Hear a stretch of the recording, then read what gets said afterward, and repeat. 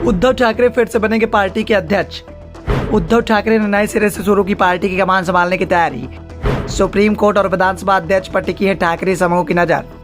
पिछले साल शिवसेना का बंटवारा हो गया। उद्धव ठाकरे की सरकार और उनके नेतृत्व के खिलाफ पार्टी के अंदर से ही बगावत के सुर देखने को मिल रहे थे। एकनाथ शिंदे 40 विधायकों को लेकर अलग हो गए। इसका पहला झटका उद्धव ठाकरे को अपनी सरकार खोकर चुकाना पड़ा। पार्टी की सत्ता हाथ से फिसल गई और बाद में देखते ही देखते पार्टी भी हाथ से चली गई। सरकार और पार्टी दोनों ही एकनाथ शिंदे के पास चली गई। एकनाथ शिंदे बीजेपी की मदद से महाराष्ट्र के सीएम बन गए तो दूसरी ओर उन्होंने पार्टी पर भी अपना दावा ठोक दिया और बाद में चुनाव आयोग ने शिवसेना का नाम और निशान भी एकनाथ शिंदे को सौंप दिया। लेकिन उद्धव ठाकरे ने हार नहीं मानी और लड़ाई जारी रखी।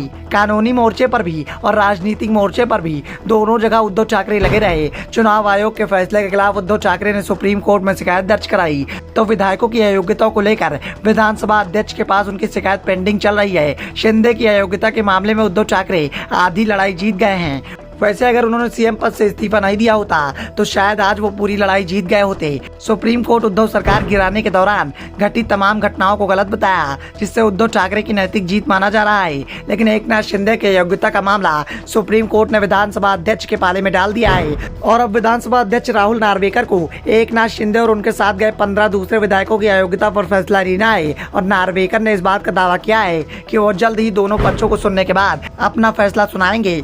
उद्धव ठाकरे दो मोर्चे पर लड़ाई लड़ रहे हैं। ठाकरे को इस बात का एहसास है कि सुप्रीम कोर्ट या विधानसभा अध्यक्ष का फैसला कुछ भी आए, लेकिन असली लड़ाई जनता की अदालत में ही होनी है। इसीलिए वो पूरे राज्य का दौरा कर रहे हैं। पार्टी को मजबूत बनाने की पुरजोर कवायद में लगे हुए हैं। उद्धव ठाकरे पूरी तरह से एक्शन के मोड में दिखाई दे रहे हैं। उन्होंने मुंबई में शिवसेना यूबीटी की राष्ट्रीय परिषद की बैठक बुला ली है जिसमें राज्य और राष्ट्रीय कार्यकारिणी के और राज्य भर के पदाधिकारी शामिल हुए हैं। बैठक में उद्धव ठाकरे को पार्टी के प्रमुख के रूप में फिर से चुने जाने की खबर निकलकर सामने आ रही है। विधानसभा अध्यक्ष, चुनाव आयोग और सुप्रीम कोर्ट के समक्ष सुनवाई में किसी भी तरह की कानूनी और तकनीकी गड़बड़ी न हो, इसके लिए उद्धव ठाकरे का समूह अगली रणनीति बना रहा है। ठाकरे समूह ने इसके लिए कानूनी राय लेना भी शुरू कर दिया है। दरअसल शिवसेना विभाजन होने के बाद 23 जनवरी 2023 को पार्टी प्रमुख के रूप में उद्धव ठाकरे का कार्यकाल समाप्त हो गया था। चुनाव आयोग ने उन्हें विकल्प के रूप में पार्टी का नाम शिवसेना उद्धव बाला साहब ठाकरे दिया था, लेकिन ठाकरे विधिवत रूप से इसके अध्यक्ष नहीं बने थे। ऐसे में इस बात का डर भी दिखाई दे रहा था कि सुप्रीम कोर्ट में सुनवाई के दौरान ठाकरे का पक्ष कमजोर न पड़ जाए।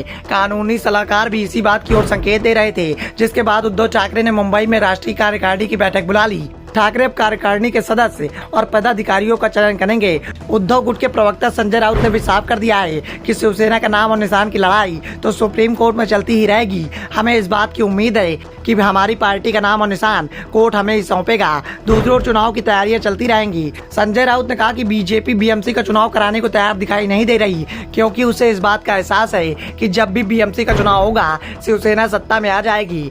बीजेपी को मुंबई की जनता बुरी तरह से हराने के लिए तैयार बैठी है। इंतजार सिर्फ चुनाव का चल रहा है। जब भी चुनाव होंगे जनता फैसला सुना देगी। आज जो लोग सत्ता में हैं उन्हें जमीन दिखा दी जाएगी। साफ है कि उद्धव ठाकरे हर मोर्चे पर बीजेपी से टकराने की पूरी तैयारी में है और इसके लिए सबसे पहले अपनी पार्टी पर वो मजबूत पकड़ बना रहे हैं, साथ ही जमीन पर भी तैयारी करने में जुटे हुए हैं। Bureau report, the Dhakad news.